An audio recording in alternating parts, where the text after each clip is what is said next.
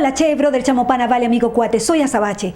Viendo el caos político de diferentes países en Latinoamérica, me pregunto, ¿no será momento de cambiar el sistema de gobierno presidencialista a un sistema de gobierno parlamentario?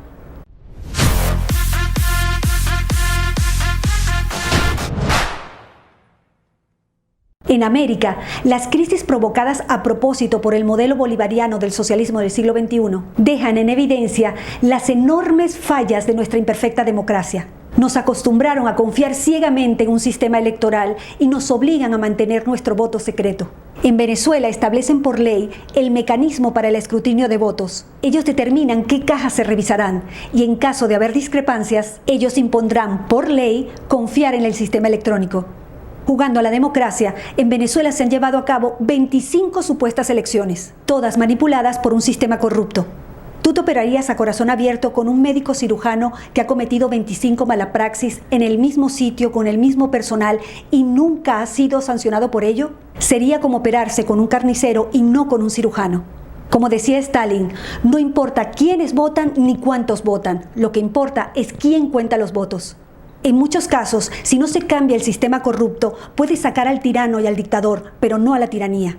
Esta vez conversamos con el doctor Carlos Sánchez Berzaín, director ejecutivo del Instituto Interamericano por la Democracia, abogado, conferencista, exministro de Presidencia, Gobierno y Defensa de Bolivia. Síguelo en sus redes sociales como @C.Sánchez-Berzaín. Te invito a colaborar para generar estos contenidos y continuar difundiendo e integrando a nuestra comunidad en donde quiera que se encuentre. Puedes hacerlo a través de PayPal y Mercado Pago. Toda la información en la descripción del video. Suscríbete a Plomovisión 24 horas de opinión y a Azabache Online. Activa las notificaciones, comenta y comparte. Sígueme en las redes sociales como @Azabache Online.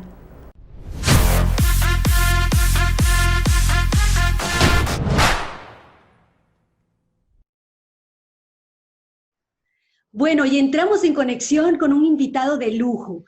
Él es Carlos Sánchez Berzaín. Doctor, muchísimas gracias por su tiempo, gracias por estar en estos momentos tan difíciles y tan convulsionados del mundo. Así que la primera pregunta es, ¿cómo está? ¿Cómo se siente? Muy bien, gracias a Dios. Un saludo a usted y a toda su audiencia tan importante en Argentina y en todo el mundo. Mucho gusto.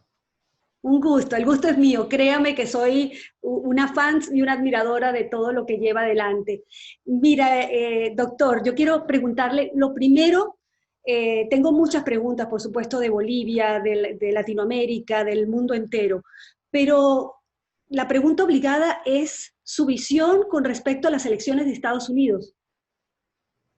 Unas elecciones difíciles, ¿no? Unas elecciones, yo diría que históricamente son las elecciones de la pandemia, porque sin el coronavirus esto tendría un escenario y un resultado totalmente diferente. Les quiero recordar que hace un año, cuando no había coronavirus, Estados Unidos tenía un crecimiento económico extraordinario y no había ni sombra de posibilidad que nadie derrote al presidente Donald Trump. Pero se produce la pandemia, empiezan los efectos de la pandemia, que son, como lo ha demostrado este año 2020, devastadores para todos los gobiernos y favorables para las dictaduras, porque los ayudan a los dictadores a ejercer mucho más autoritarismo e incluso mucha más violencia. Entonces, estas en Estados Unidos son las elecciones de la pandemia y yo creo que históricamente así serán recordadas. El tema central de la campaña ha sido ese. El vicepresidente Biden y el Partido Demócrata han fundado básicamente su estrategia en ese mensaje principal del manejo de la pandemia, las acusaciones y los señalamientos. Y el presidente Trump ha tratado de mostrar lo contrario con temas que han acompañado aquello. Después de la elección, la campaña continúa. Biden reclama el triunfo, se declara presidente electo con el apoyo o sobre la base de la información de importantes medios de comunicación, pero el presidente Trump no concede eso y declara que él ha ganado las elecciones y que le han hecho fraude y ofrece demostrar el fraude. Entonces, estamos aproximadamente a poco menos de 70 días de la fecha en que tiene que haber el cambio de mando en Estados Unidos, porque cualquiera sea el resultado, con o sin resultado, el 20 de enero próximo cesa el mandato del presidente Trump. Y aquí hay un escenario político que se está jugando en Estados Unidos. Se ha anunciado en los últimos días el recuento manual de votos en Georgia. Hay anuncio del presidente Trump y de su equipo que va a presentar prueba en esta semana que comienza. Y bueno, veremos. Yo lo que le puedo decir es que se trata de elecciones en pandemia, nunca vistas, nunca, no tienen precedente. Yo creo que forman parte de estos efectos de la pandemia, que no son solamente efectos económicos, son efectos sociales y efectos psicológicos. La gente en todo el mundo, por efecto de la pandemia y por los más o menos largos periodos de cuarentena y por la caída económica, la gente está psicológicamente afectada, tiene miedo, tiene enojos y estamos sufriendo todos una cosa que se llama un síndrome postraumático. Mucha gente todavía está en trauma, pero otra gente ya está en un síndrome postraumático y esa no es una sociedad fácil de manejar. Eso, ese contexto psicológico plantea un escenario sociológico y político muy difícil y eso se está reflejando en la primera potencia y en la democracia más importante del mundo. Así es, esa siembra de caos que además la vemos repetida en diferentes países. Y quiero preguntarle, porque Latinoamérica, donde estamos nosotros, se va a ver afectada de alguna u otra forma quien gane, guerreros. Así que yo le voy a preguntar al doctor, si gana Biden, ¿cómo afectaría a Latinoamérica? Y si gana Trump, ¿qué pasaría con Latinoamérica? Vamos a hacer esa comparación. Mira, durante toda la campaña electoral de los Estados Unidos, yo he centrado mi opinión en los efectos de uno u otro posible presidente respecto a la política exterior de los Estados Unidos para América Latina. Y aquí el Partido Demócrata y el Partido Republicano han mostrado diferencias importantes que han tratado de ser cerradas después de la elección. Pero primero mostremos las diferencias.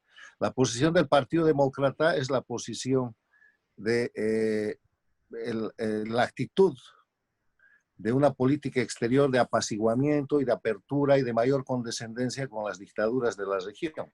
Porque aquí la política exterior de los Estados Unidos se mueve en base a la realidad objetiva y la realidad objetiva es que hay dos Américas, una América democrática y una América dictatorial. La América dictatorial, el jefe es Cuba, el escenario principal, el eje es Venezuela, está integrada por Nicaragua, ahora se acaba de agregar Bolivia y está sostenida por el gobierno argentino de los Fernández Kirchner. Entonces, esa América dictatorial tiene como característica que no existe en el ejercicio del poder el respeto a los elementos esenciales de la democracia, que son el respeto a los derechos humanos y libertades fundamentales, la vigencia del Estado de Derecho, que quiere decir el respeto de la ley. En esos países los gobernantes están por encima de la ley, en muchos casos son la ley. El tercer elemento es la división e independencia de los poderes públicos.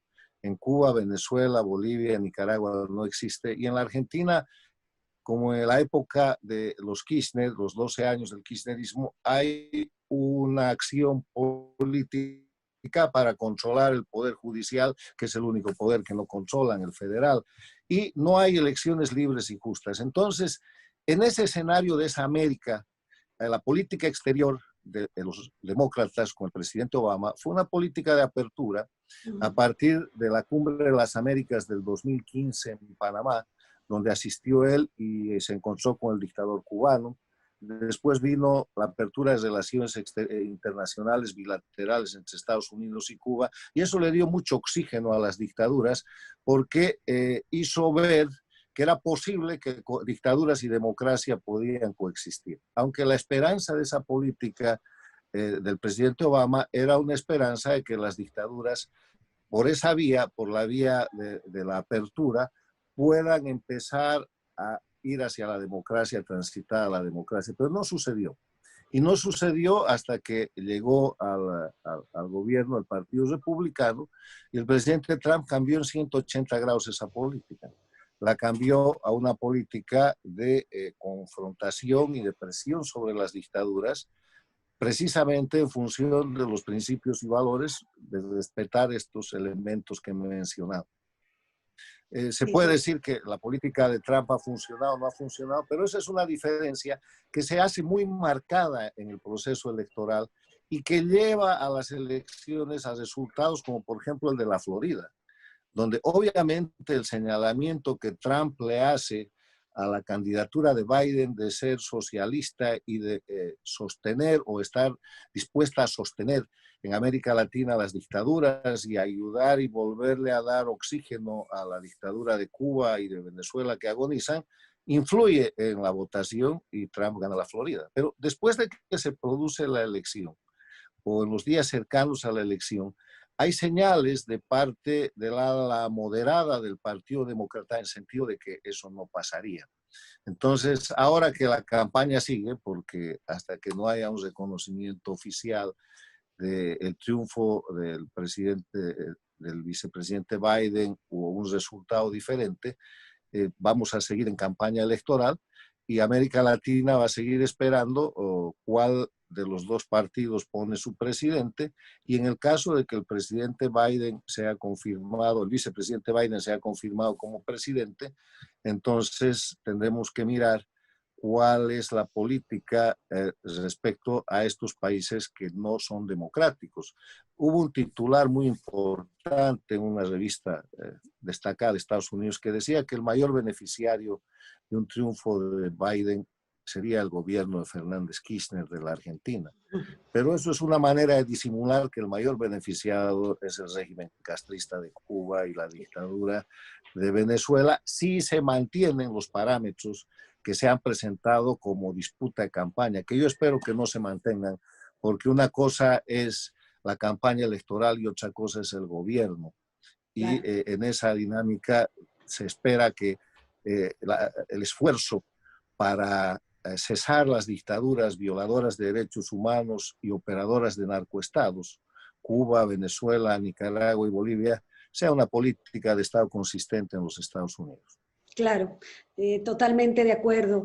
Y yo no puedo dejar de pensar que los venezolanos, y ustedes saben, mis guerreros de luz que nos siguen, estamos como curados en salud en lo que dicen los políticos. Nosotros apoyamos las acciones, la gran mayoría, por lo vivido, por lo vivido. Y la verdad es que cuando un político dice que va a ser como lo hizo Biden, que va a seguir señalando la dictadura y la tiranía venezolana, no lo sé, porque el gobierno de Obama lo que hizo fue darle espalda. Entonces, para nosotros es muy preocupante la situación de Estados Unidos y vemos también con muchísima preocupación cómo se va repitiendo el mismo modelo en diferentes países. Parece que esto se transforma, muta de acuerdo a la idiosincrasia de cada país. Y lo hemos repetido en Argentina ahora, el caso de Bolivia, que me parece muy importante tocarlo, porque hay algo que lo relaciona directamente con Venezuela, además de la construcción de una constitución hecha a la medida para la tiranía, para la dictadura. Yo quiero, por favor, doctor, que me dé su visión con respecto a eso. Bueno, el caso de Bolivia es que Bolivia durante 14 años, desde el 2006 hasta el 2019, casi 14 años, ha sido una de las dictaduras del castrochavismo. Usted sabe que para entender el fenómeno regional hay que recordar que el año 1999 en las Américas solo había una dictadura, Cuba, agonizaba en lo peor de su periodo especial y se esperaba que el siglo XXI iba a ser el siglo de la democracia plena porque esa única dictadura iba a dejar de ser dictadura y Cuba se iba a abrir a un sistema democrático. Pero el año 99 sucede que llega a la presidencia de Venezuela Hugo Chávez y que de inmediato acude a salvar la dictadura de Cuba. Y crea además un proyecto que es el que ha marcado y hasta ahora marca el siglo XXI, que empieza llamándose un movimiento populista bolivariano, pero que no es otra cosa que la unión de las viejas prácticas castristas que habían ensangrentado a las Américas en la década de los 60, 70 y 80 que se paralizaron relativamente en la década de los 90, porque cuando cae el muro de Berlín y desaparece la Unión Soviética, Cuba se queda sin financiamiento y se acota durante la década de los 90 hasta estar casi agonizando el año 99. El siglo XXI en ese escenario empieza con situaciones muy complejas. Cae de la presidencia el presidente de la Rúa en la Argentina, derrocan al presidente Yamil Mahuad en el Ecuador, derrocan al presidente Sánchez Lozada en Bolivia, derrocan al presidente Gutiérrez en Ecuador. O sea, no se había visto eso desde hace décadas, pero se producen golpes de Estado, o duros o blandos, y además se produce el derrocamiento del secretario general de la OEA, recientemente electo. El expresidente de Costa Rica, Miguel Ángel Rodríguez, es acusado falsamente de un caso de corrupción en su país, Costa Rica. Va a defenderse, lo apresan, después se demostraría que era inocente, y tiene que renunciar a la Secretaría General, y se abre la Secretaría General para que Chávez ponga insulsa. Y esa Secretaría General dura 10 años, del 2005 al 2015. Entonces, ese proceso que en principio se llama Movimiento Bolivariano, Proyecto ALBA, después se llama Socialismo del siglo XXI, da lugar a una serie de gobiernos que llaman gobiernos de izquierda, pero que en verdad son los gobiernos del castrochavismo, de Castro y Chávez, que se alían el 99 o hacen públicas su alianza el 99. Así llega Lula a la presidencia del Brasil con el Partido de los Trabajadores, así controlan el Paraguay, así controlan Bolivia, que llega al gobierno en enero del 2006 Evo Morales, Ecuador con Correa, la Argentina con Kirchner, Centroamérica es controlada a través del mecanismo del Petrocaribe, que es un mecanismo por el cual Venezuela da petróleo a cambio de apoyo internacional que les permite controlar la OEA y tener una gran presencia en la ONU. Y así, la primera década del siglo XXI termina, 2010, con un exitoso y creciente poder político del socialismo del siglo XXI, hoy llamado castrochavismo, que al propio tiempo se beneficia con un gran momento económico de los precios de los commodities, pero que empieza a construir los narcoestados. Los siguientes 5 años estarían marcados ya por problemas. Muere Chávez, Cuba impone el sucesor de Chávez en Venezuela, porque hay una disputa entre el castrismo venezolano y el chavismo venezolano. El chavismo venezolano es representado por Diosdado Cabello y el castrismo venezolano es representado por Maduro, y gana Maduro. Entonces Cuba convierte a Venezuela en su colonia, firma la dictadura, hace control territorial, y empiezan, por cuestiones económicas, por la violencia que ejercen, por la crisis, empiezan a perder gobiernos, pierden por corrupción el Brasil. Lula está condenado con un solo caso a 17 años de cárcel.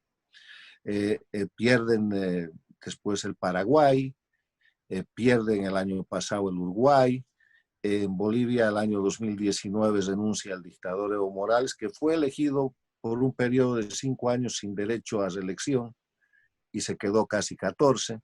Entonces pierden Ecuador, porque el Delfín de Correa hace un proceso de transición efectivo, que es Lenín Moreno. Pierden el Petrocaribe, y estamos hoy día en la segunda década del siglo XXI, ¿no? En el 2020, con un castrochavismo decadente, además presionado por sus actos criminales por la comunidad internacional, pero que se defiende y que contraataca, y que se ha recuperado con el control de la Argentina y ahora con el control de Bolivia.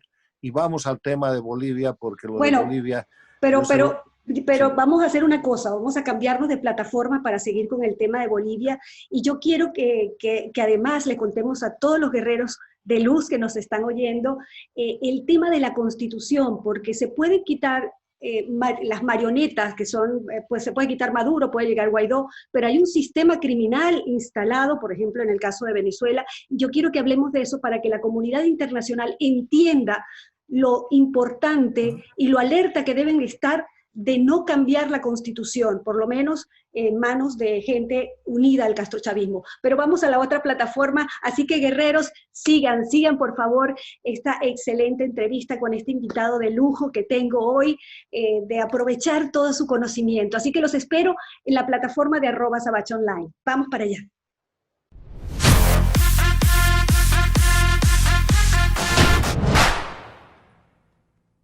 Muchísimas gracias por estar ahí. Te invito a ver la segunda parte de esta entrevista con el doctor Carlos Sánchez Berzaín por @SabacheOnline.